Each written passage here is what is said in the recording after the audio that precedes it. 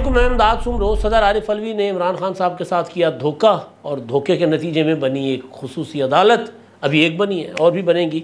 और पहली अदालत में पहले मुलजिम को स्पेशल कोर्ट में पहले मुलजिम को पेश कर दिया गया, जिस्मानी रिमांड भी दे दिया गया। दूसरे मुलजिम इमरान खान साहब होंगे। इमरान खान साहब की दरख्वास्त थी कि जी उनको मज़ीद मुकदमात में गिरफ़्तार ना किया जाए, रोका जाए हुकाम को, मुतल्लिका इदारों को, लेकिन वो दरख्वास्त अदालत तक पहुंचने से पहले ही वापस हो गई। एतराज़ लगाकर वापस कर दिया गया।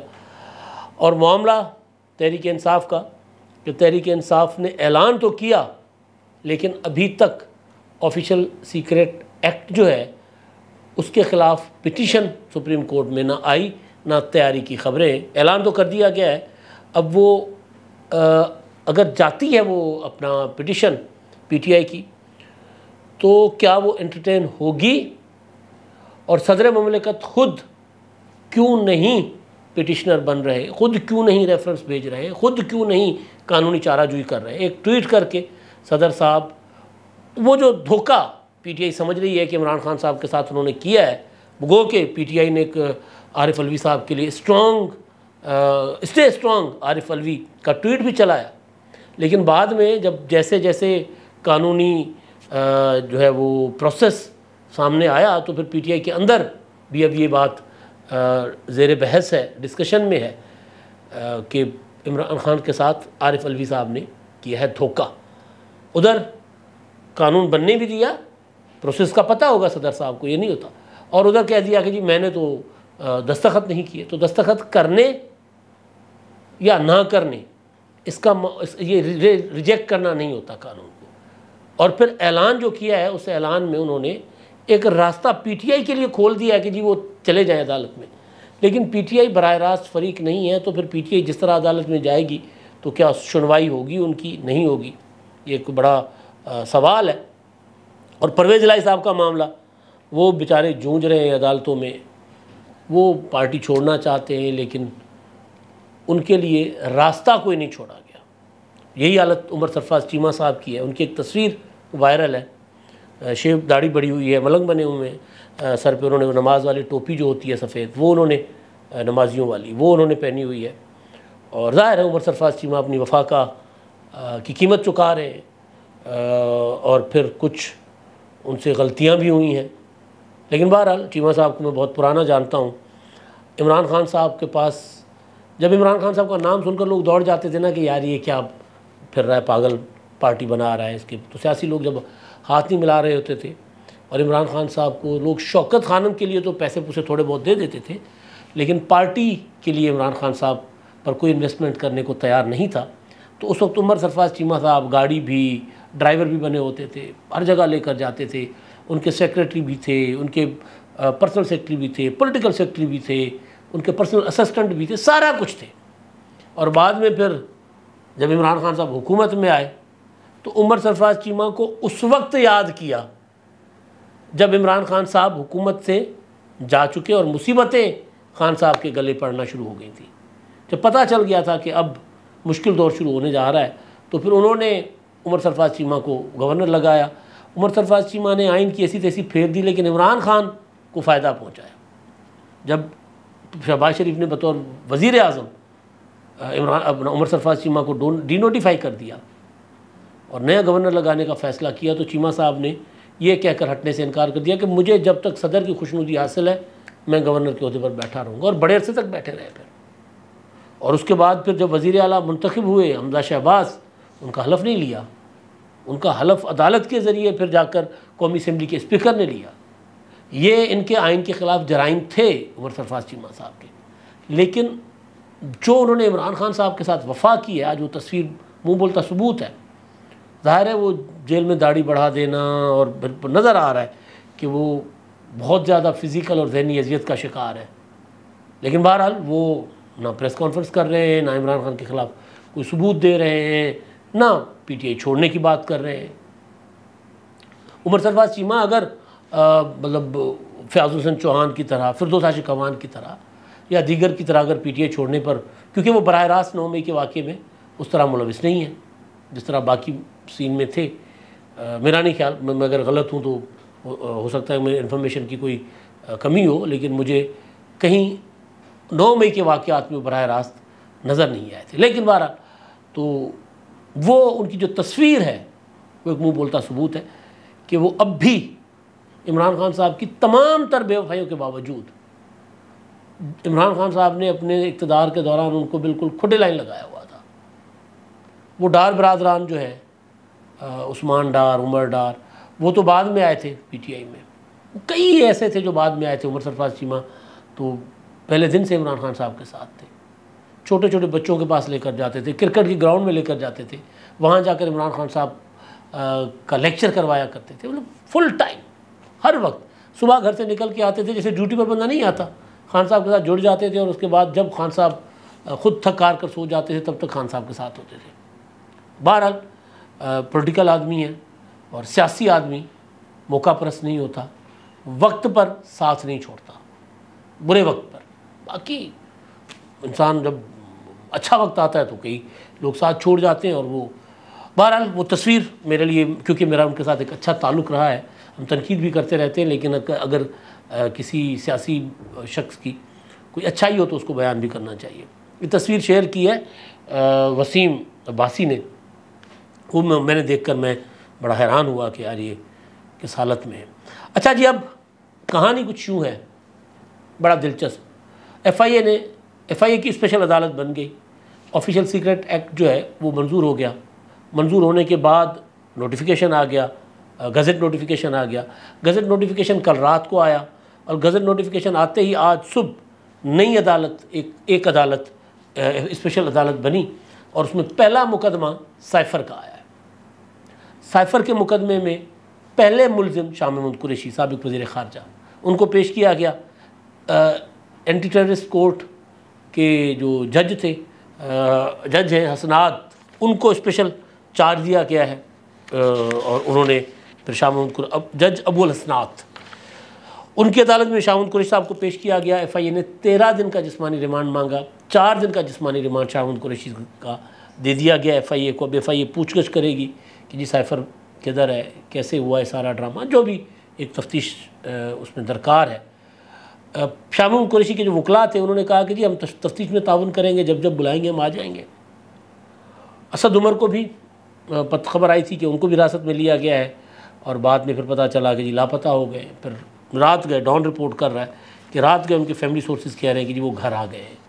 अब वो भी इसी तरह घर आ गए हैं जिस तरह आज़म खान साहब घर आ गए थे। और मैंने कल ही कहा था कि जब असद उमर जो है वो आज़म खान के बाद इमरान खान के ख़िलाफ़ दूसरे वादा माफ़ गवाह हो सकते हैं साइफ़र वाले मामले में। और साइफ़र वाला मामला कोई छोटा मामला नहीं है, बड़ा ख़तरनाक मामला है।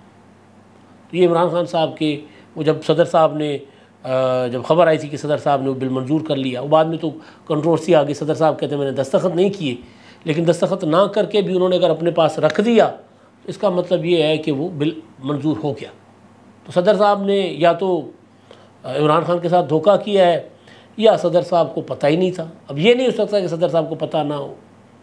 सईद चौधरी साहब के बकौल के साबिक जज जो है सुप्रीम कोर्ट के, वो हैं वहाँ पे उनके जो लॉ डिपार्टमेंट है ऐवान सदर का, उसके इंचार्ज, वो इन मामलात को देखते हैं। तो वो हर ज़ाहिर सदर साहब तो कानूनी माहिरीन से मुशावरत के बाद प्रॉपर बिल मंजूर करते हैं या उस पर एतराज़ करते हैं ना।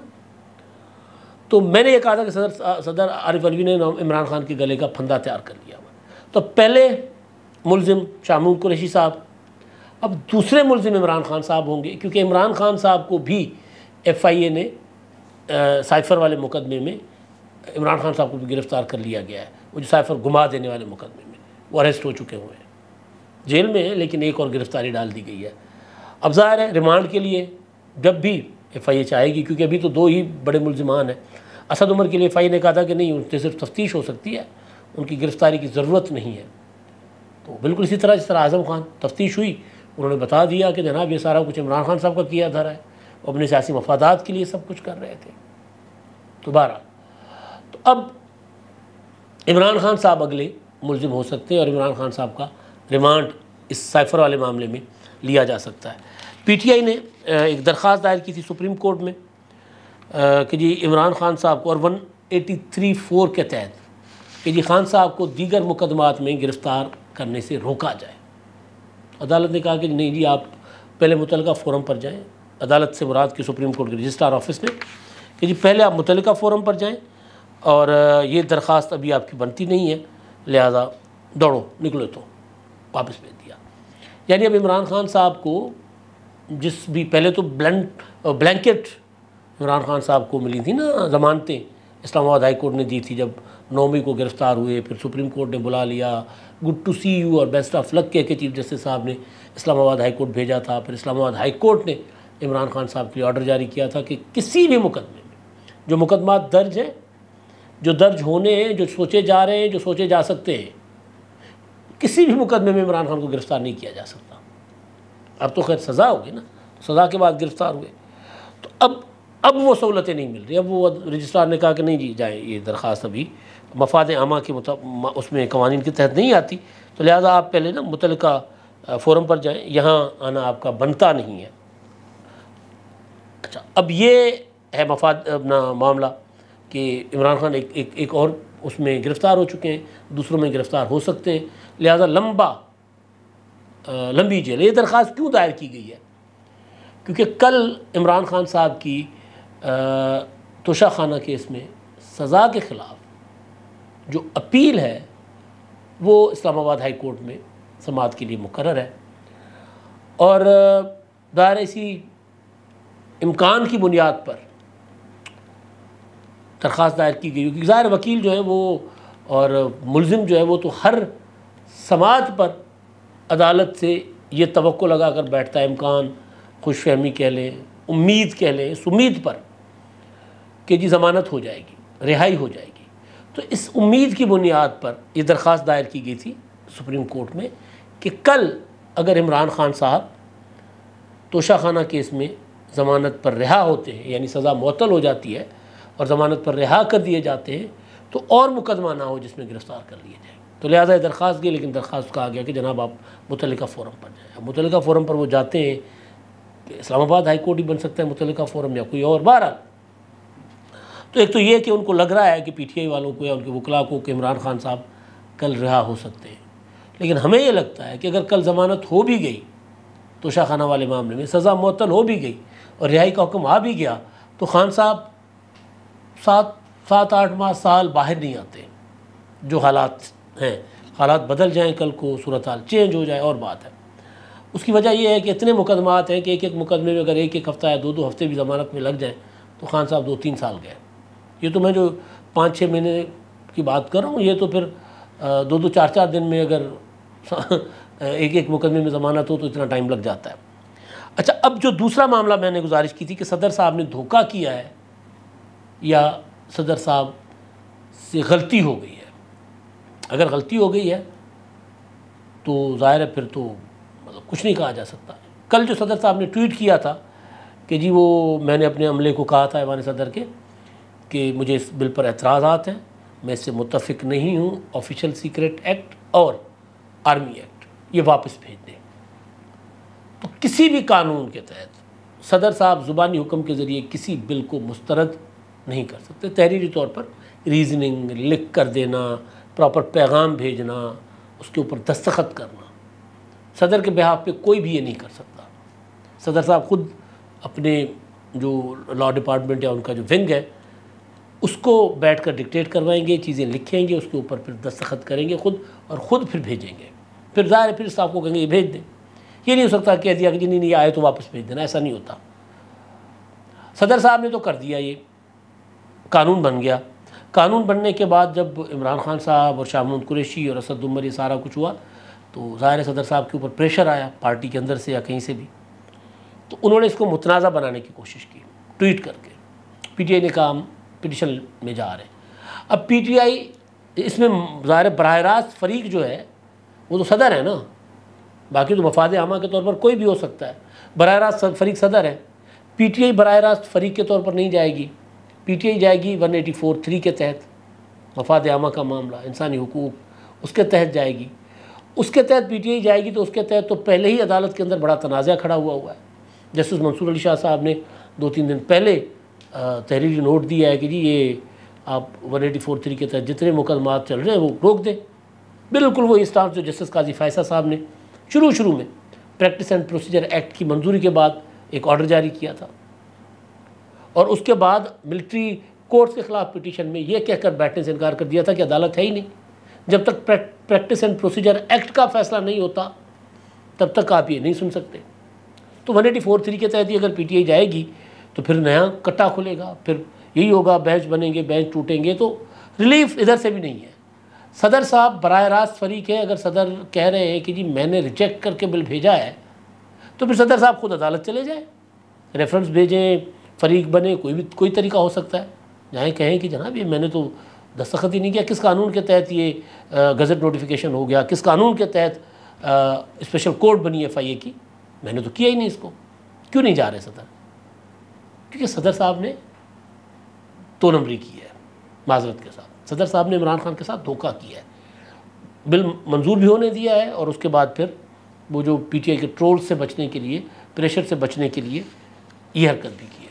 पीटीआई जाए, पीटीआई को शायद पता नहीं रिलीफ मिले ना मिले, सदर साहब खुद चले जाए। क्यों नहीं जा रहे? सवाल ये है ना, अदालत खुद जाए।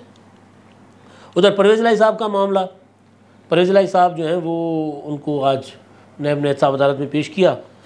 मामला था गुजरात में 1 अरब 25 करोड़ रुपए की करप्शन, और उसमें परवेज़ इलाही साहब को 29 अगस्त तक यानी 8 दिन के लिए नैब को रिमांड पर दे दिया, जिस्मानी रिमांड पर। परवेज़ इलाही साहब ने जब आए थे अदालत में और मीडिया के साथ गुफ्तगू की थी, तो उन्होंने कहा था कि जी, उनसे सवाल हुआ था कि आप प्रेस कॉन्फ्रेंस क्यों नहीं कर रहे, तो उन्होंने कहा था कि जी मुझे प्रेस कॉन्फ्रेंस करने तो दें। तो परवेज़ इलाही साहब, मेरी इत्तलात है कि वो पार्टी छोड़ने के लिए राज़ी हैं, लेकिन परवेज़ इलाही साहब की रिहाई मुमकिन वो जो है वो मुश्किल है। वजह यह है कि परवेज़ इलाही साहब इमरान खान जितने ही मुलजिम या मुजरिम हैं जो जिनके वो कैदी हैं उनके, तो लिहाजा ये ऑप्शन परवेज़ इलाही साहब के पास नहीं है कि वो प्रेस कॉन्फ्रेंस करें और पीटीआई छोड़ दें। और परवेज़ इलाही साहब के साथ अलमिया ये है कि बेटे बाहर बैठे मोनिस इलाही साहब, ख़बरें आती हैं कि जी वो जब मुलाकात के लिए शुजात हुसैन साहब जाते हैं और बेटे को फ़ोन परवेज़ इलाही से फ़ोन पर बात करवाने की कोशिश करते हैं मोनिस इलाही से, तो मोनिस इलाही फ़ोन नहीं उठाते। तो ये सूरत हाल है। मैंने जो सुबह का विला किया था उसमें मैंने कहा था कि भयानक हफ्ता होगा, सूरत हाल उस तरफ जा रही है। तहरीक इंसाफ बहुत बुरे तरीके से, और ख़ास तौर पर इमरान खान और उनके करीबी लोग जो कुछ होता रहा है उसमें जो मुशावरत में शामिल रहे हैं, और 9 मई तक जो इमरान खान साहब को नाकाबिल तस्खीर समझकर उकसाते रहे, वो सब उनके लिए बहुत सूरत हाल गंभीर है, ख़राब है। अब तक के लिए इतना ही। अल्लाह हाफ़िज़।